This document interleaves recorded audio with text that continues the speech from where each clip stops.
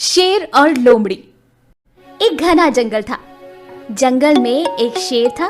वो बहुत भूखा था और भोजन की तलाश में इधर उधर घूम रहा था और मन ही मन सोच रहा था, चल चल कर थक गया हूँ, बहुत भूख लग रही है, कहीं भोजन मिल जाता तो अच्छा होता।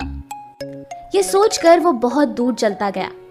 रास्ते में उसे एक बंदर नजर आता है। बंदर शेर से पूछता है, क्या हुआ महाराज, आप इधर कैसे? मुझे बहुत भूख लग रही है, मैं भोजन की तलाश में इधर उधर घूम रहा हूँ, मुझे भोजन कहीं नहीं मिल रहा। महाराज, मेरे पास एक केला है, मैं आपके लिए लेकर आता हूँ। तुमने मुझे समझा क्या है? मैं केला और फूल पत्ती खाने वाला जानवर नहीं हूँ, मैं मांस खाने वाला हूँ। मुझे मांस पसंद है, फूल फल तुम खाओ, हटो मेरे रास्ते से, मुझे जाना है। शेर वहां से निकल जाता है। वहीं जंगल में एक लोमड़ी भी भोजन की तलाश में इधर उधर घूमते हुए मन ही मन सोच रही, हाय बहुत देर हुआ, घूम घूम कर थक गई हूँ, मुझे भूख लग रही है, खाने में कुछ मिल ही नहीं रहा और चलने से मुझ में अब हिम्मत भी नहीं बची। ऐसे ही लोमड़ी भोजन की तलाश में घूम रही थी कि एक खरगोश लोमड़ी के सामने आता है और उससे कहता है, क्या हुआ दोस्त, इधर उधर कैसे? यहाँ किससे आना हुआ? तुम बहुत कमजोर भी दिख रहे हो। हाँ दोस्त, मैं बहुत कमजोर हो गई हूँ, मुझे भूख लग रही है, मैं भोजन की तलाश में घूम रही हूँ और अब थक चुकी हूँ। लोमड़ी की बात सुनकर खरगोश बोला, तो दोस्त, मेरे पास गाजर है, मैं तुम्हारे लिए लेकर आता हूँ, तुम उसे खाकर थोड़ी सी हिम्मत जुटा लेना। क्या? गाजर? और मैं इतनी दूर भोजन की तलाश में, क्या मैं गाजर खाने के लिए आई हूँ? मैं मांसाहारी हूँ, मांसाहारी, मांस की तलाश में घूम रही हूँ, मैं वही खाऊंगी, तुम अपनी गाजर अपने पास रखो। ये कहकर लोमड़ी वहां से निकल जाती है। इत्तेफाक से शेर और लोमड़ी दोनों एक ही जगह पर आ जाते हैं। उस जगह एक पेड़ के नीचे मांस का टुकड़ा पड़ा हुआ था।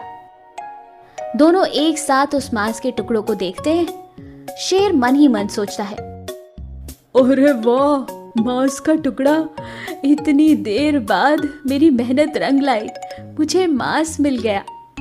और उधर लोमड़ी मन में सोचती है, अरे वाह, मांस का टुकड़ा मिल गया, तुरंत इसे खा लेती हूँ।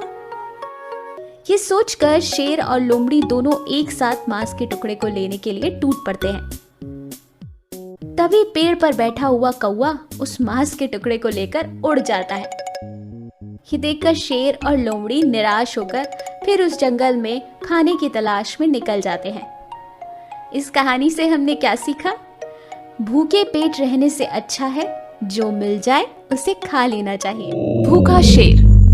एक घना जंगल था। जंगल बहुत खूबसूरत था। उस जंगल में एक शेर था। शेर बहुत भूखा था।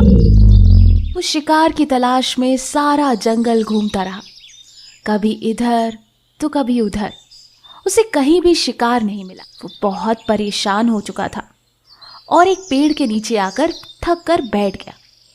पेड़ के नीचे बैठे बैठे वो सोचने लगा, अरे इस जंगल के सारे जानवर पता नहीं कहाँ चले गए, मुझे ठीक से एक भी शिकार नहीं मिल रहा, अगर ऐसे ही रहा तो मैं भूखा ही मर जाऊंगा, क्या करूंगा, कैसे शिकार मिलेगा मुझे। शेर बहुत परेशान था और इसी सोच में डूबा हुआ था कि तभी अचानक उसे ख्याल आया, अरे हाँ, यहाँ तो शिकार मिलने से रहा, मैं एक काम करता हूँ, मैं पास के जंगल चला जाता हूँ, मैंने सुना है कि वहाँ बहुत सारे जानवर हैं, मुझे खाने के लिए वहाँ कुछ ना कुछ जरूर मिल जाएगा। ये सोचकर शेर पास के जंगल की तरफ निकल पड़ता है।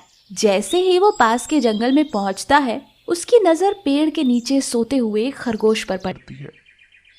अरे वाह, पता नहीं था किस मुहूर्त में निकला हूँ, जंगल में कदम रखते ही शिकार सामने ही आ गया। शेर खरगोश को देखकर मजे लेते हुए उसे पकड़ने जाता है। धीरे धीरे कि तभी उसकी नजर घास चरती हुई एक हिरन पर पड़ती है। शेर हिरन को देखकर और भी खुश हो जाता है। अरे वाह, एक बड़ा सा भोजन, ये तो खरगोश से भी बड़ा है। अचानक मेरे सामने आ गया। लगता है आज भगवान मुझ पर कुछ ज्यादा ही मेहरबान है। एक से बढ़कर एक भोजन मेरे सामने आ रहे हैं। अब इस छोटे से खरगोश को कौन खाएगा? मैं तो इस हिरन को पकड़ूंगा, फिर आराम से बैठकर 2-3 दिन इसे खाऊंगा। शेर इसी ख्याली बिरयानी पकाने में लगा हुआ था। इतने दिनों के बाद कितना सारा भोजन। अगर पहले आ गया होता तो इतना सारा शिकार करके खा खा के मोटा और सुंदर हो गया होता। जंगल की सारी शेरनियां मेरे पीछे दीवानी हो जाती। आहा, चलो कोई बात नहीं, अब मैं सारे जानवरों को खा जाऊंगा। हा हा हा। इधर जैसे ही हिरन ने शेर को देखा, अरे बाप रे, शेर कमबख्त ये कहाँ से आ गया? वो तुरंत वहां से भाग गया। हिरन की आवाज सुनकर इधर खरगोश नींद से जागा, वो भी भाग गया। बेचारा शेर अपने ख्याली पुलाव और ज्यादा की लालच में दोनों शिकार खो बैठा। इस कहानी से हमें ये सीख मिलती है कि और ज्यादा की लालच में आकर हम अक्सर जो हमारे पास होता है उससे भी खो देते हैं। 3 हिरण। एक सुंदर सा और बड़ा सा जंगल था। उसमें 3 हिरण मिलजुल कर रहते थे। वो तीनों हिरण एक दूसरे के साथ बहुत प्यार करते थे।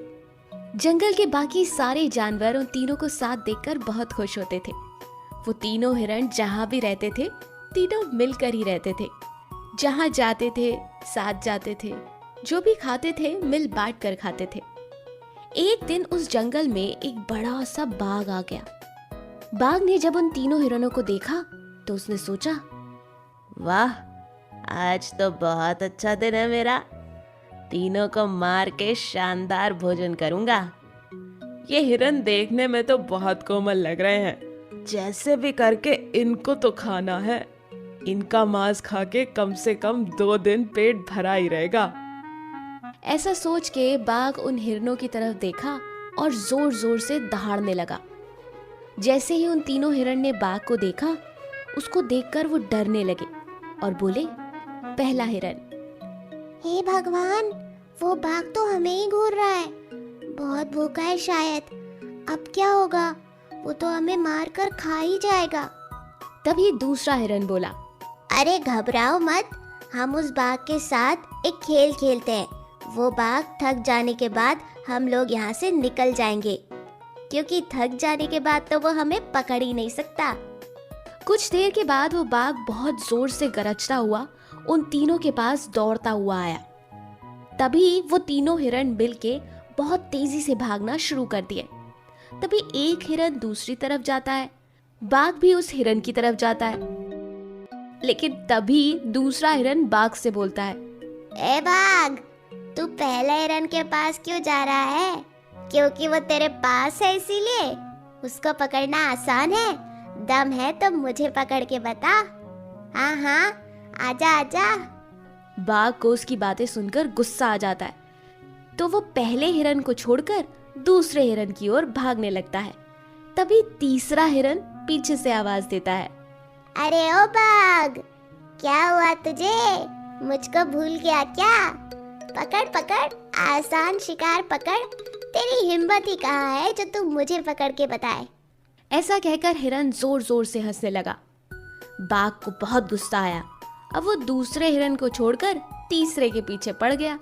ऐसा करते करते बाघ बुरी तरह से थक गया। अपने गुस्से को काबू में ना रख पाने की वजह से वो जोर जोर से गरजने लगा, तुम लोग मुझे गुस्सा दिला रहे हो, मुझे कमजोर समझ रहे हो, तुम लोग ये गलती कर रहे हो। आज तुम भले ही मुझसे बच गए, लेकिन कभी ना कभी मैं तुम तीनों को जरूर खाऊंगा।